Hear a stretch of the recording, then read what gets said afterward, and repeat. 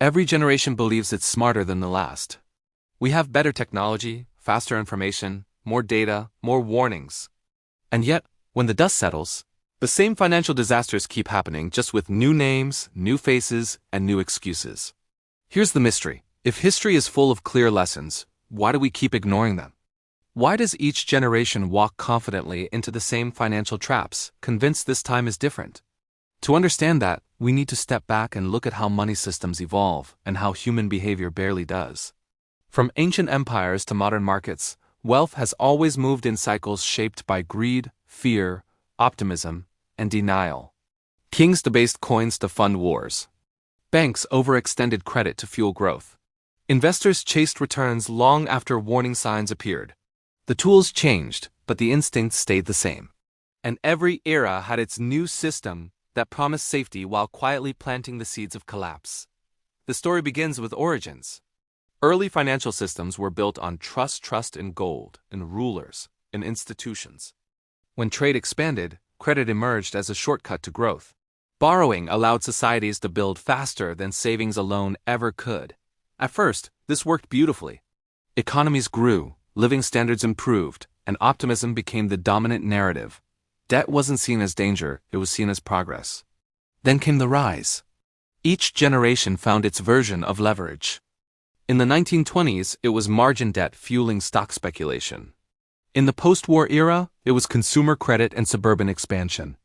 In the early 2000s, it was cheap mortgages and complex financial products. The pattern was always the same. Easy money led to rapid growth. Growth reinforced confidence, and confidence silenced skepticism. Anyone who warned of risk was dismissed as out of touch or pessimistic. Eventually, reality caught up at the breaking point. Asset prices detached from fundamentals. Debt levels outpaced incomes.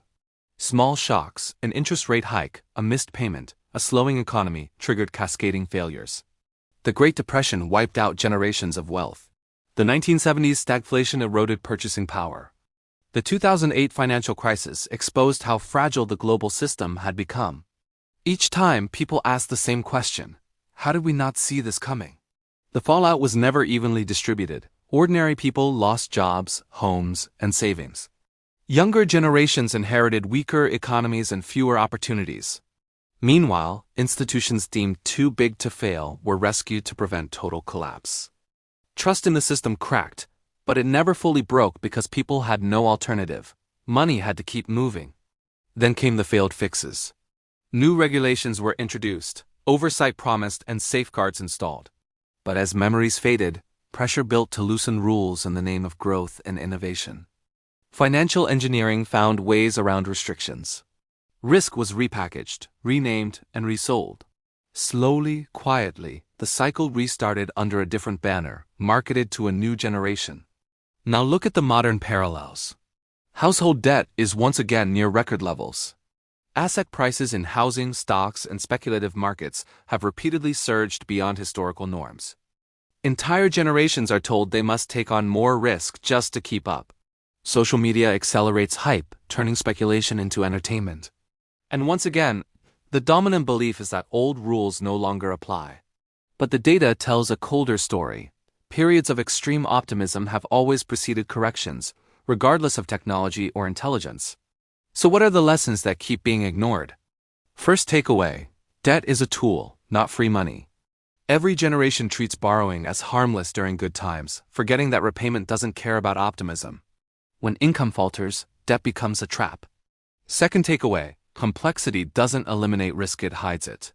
When systems become too complicated for most people to understand, accountability disappears. That's when danger grows fastest. Third takeaway: human behavior doesn't evolve as fast as financial systems. Fear and greed override logic, especially when everyone else seems to be winning. Here is the warning: the most dangerous financial moments aren't when people are scared. When people are confident.